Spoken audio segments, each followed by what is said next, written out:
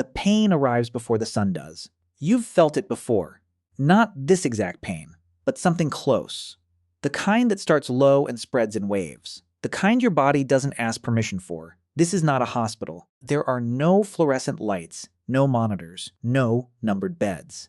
There is a fire, a group of women around you, and roughly 20 hours standing between you and the moment everything changes. For nearly 300,000 years, this was how every human being entered the world. Let that land for a moment. Every ancestor whose blood runs in your veins arrived in exactly this way.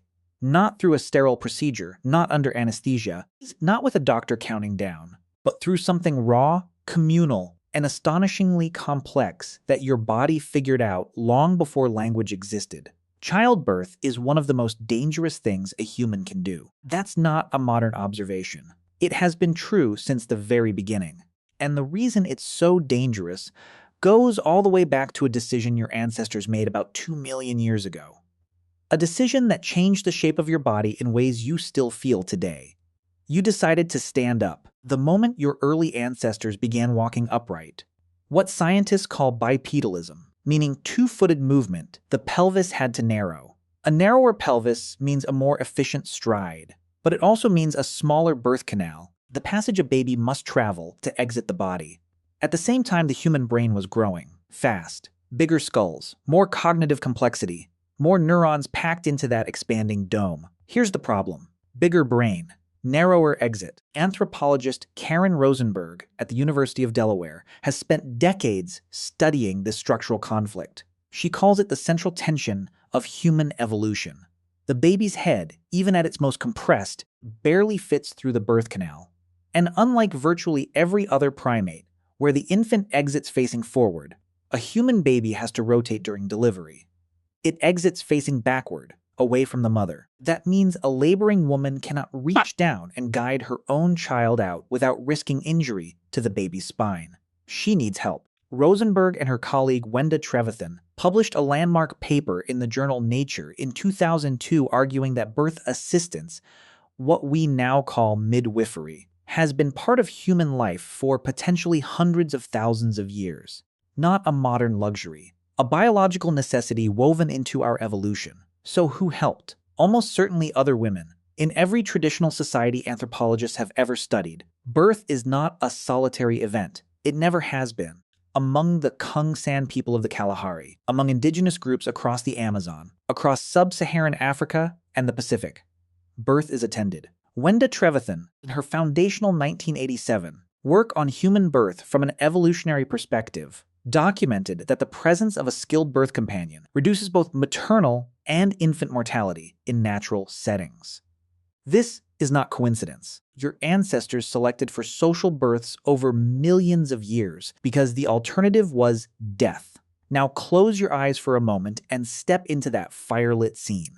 You are somewhere in what is now Morocco, roughly 300,000 years ago. The fossils recovered from Jebel Irhoud, unearthed in the 1960s and dramatically reanalyzed in 2017, place some of the earliest Homo sapiens here, in this landscape, living in small mobile bands. One of them is you, and you are about to give birth.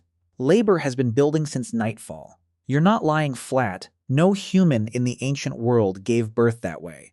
You're squatting or kneeling, using gravity, your back leaning against a woman whose hands are steady and practiced.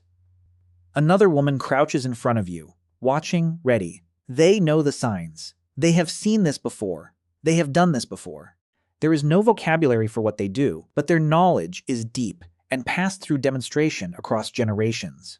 The ancient origin of what we now call skill. Your body is doing something extraordinary. The baby's head presses forward, rotates, clears one shoulder, then the other. The women guide. They don't pull. Pulling causes harm. They receive, the baby arrives at dawn. What happens in the minutes that follow is not so different from what happens in hospitals today.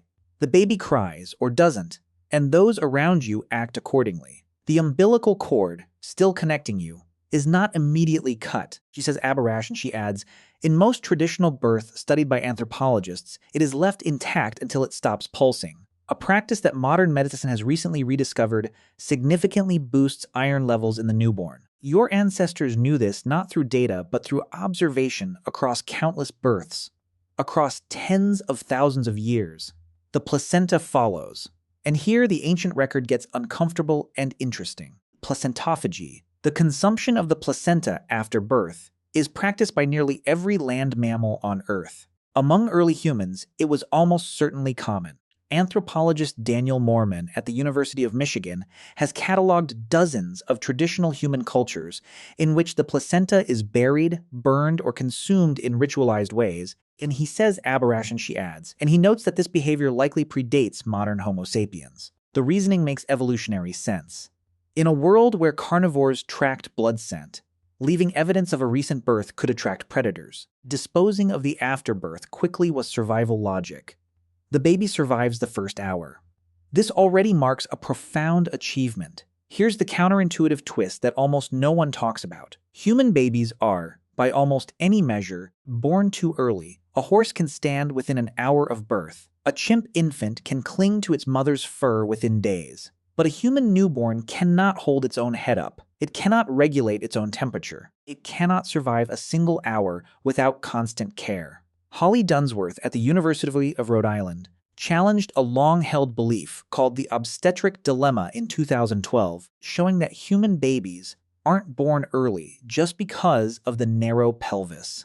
They're born at the exact moment the mother's metabolic capacity to sustain the pregnancy reaches its limit. The mother's body simply cannot sustain a fully neurologically mature infant inside the womb. It would require too much energy. So we are all, every one of us, born as an evolutionary shortcut, a premature compromise between a big brain and a body that can only give so much. What this means practically is that early human mothers were carrying, nursing, and physically attending a vulnerable infant for years, not months. The energetic cost was enormous. Anthropologist James Wood at Pennsylvania State University has documented through skeletal analysis that early human mothers likely nursed their children for 3 to 4 years, using lactation as a form of natural child spacing. During that entire time, the child required near constant physical contact. The idea that ancient humans cared deeply, intensely, and exhaustingly for their children is not a modern projection. It is written in bone. And the community bore that weight together. The concept anthropologists call alloparenting, where members of the group beyond the biological mother care for an infant, appears in nearly every hunter-gatherer society ever studied. Grandmothers, older siblings, aunts, even unrelated women in the group shared feeding, holding, soothing. This was not generosity. It was collective survival.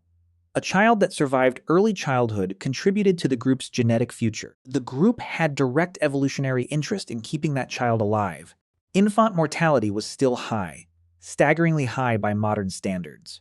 She says aberrash, and she adds, skeletal analyses from prehistoric burial sites across Europe and Africa suggest that in some populations, up to 40% of children died before their 5th birthday. Every ancient mother who lived to old age had almost certainly experienced loss. The grief was real.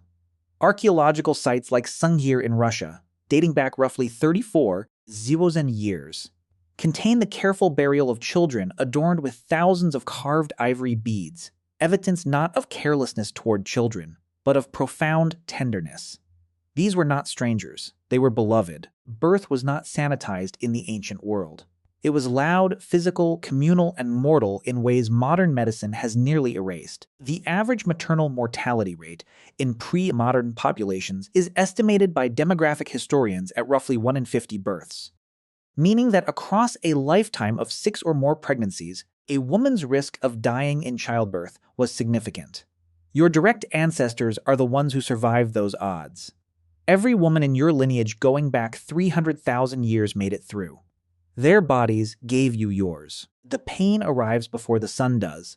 But when the child finally comes, small, wrinkled, impossibly loud, you look down at this creature who required an entire village to arrive safely, who nearly didn't fit through the architecture of your own body, who will need you every hour for years to come, and something ancient and chemical and entirely outside language moves through you. Your ancestors felt exactly this. The biology hasn't changed. Only the room has.